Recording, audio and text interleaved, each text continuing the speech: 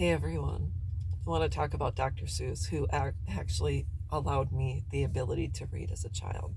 I was raised in a Catholic home, went to a Catholic school, and I was a top notch reader. But I think we did Hooked on Phonics, which included note cards. You cut a slice out of the note card and you'd slide it along, and all the small words were indented into your memory, and you just go to the big words and you piece things together. And I'm a speed reader. So, anyways, Dr. Seuss was a beloved author. I loved his books. My children read his books. It's Cat in the Hat has done what I think Jim Carrey. Dr. Seuss wrote, depicted thing one and thing two. He, I mean, there's a lot. There's a lot of different things we could say about Dr. Seuss.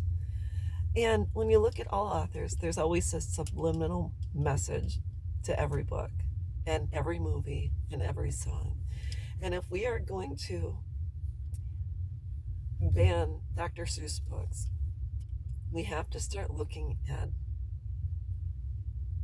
the musicians who put blatant messages out about racism, sexism, murdering cops, the way, women are hoes and bitches, and, that we're only good for sexual favors and sexual acts, and she sucked my blah, blah, blah. Why are all of those allowed?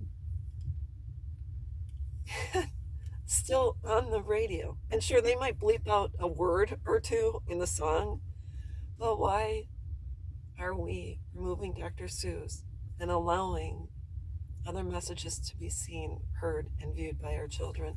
We can remove the books, like the Nazis burned the books during the war, and other cultures have burned books so that their people are not allowed to see the truth, see what's going on, and have greater knowledge.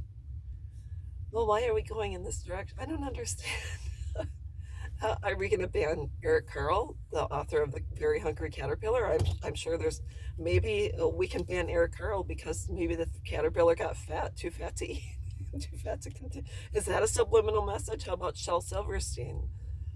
Shel Silverstein wrote is a poetic author, and he wrote The Giving Tree, and the tree was used to, make the boy happy. And I'm not going to tell you the end, but is you have to read the book, but there's a subliminal message in that too. Tree huggers probably hate Eric Carle. Probably want to ban that book too. So let's. I don't get it. If someone can enlighten me, that would be great. But I don't get it. I love Dr. Seuss. Loved the movies that have come out, the cartoons. My children read them. I'm sure my grandchildren probably. I don't know, but that's a staple.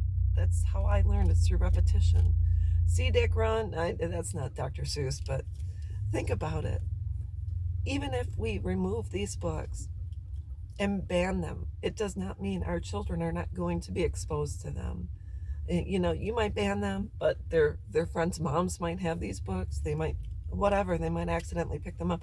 But banning them doesn't not mean that people are not going to be exposed to them, because they will find a way. They say, why are these books banned? I'm going to go figure it out. And their friends will say, oh, my mom has the book. And that's how our children are able to see things we don't want them to see, because they have friends, and their friends' moms might be at work, and then the kids watch certain movies you don't want them to see, and see things on the internet you don't want them to see. So when there's a will, there's a way.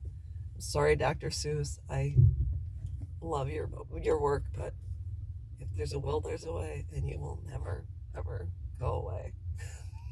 Is that all right? I did it in time. There's another Dr. Seuss book.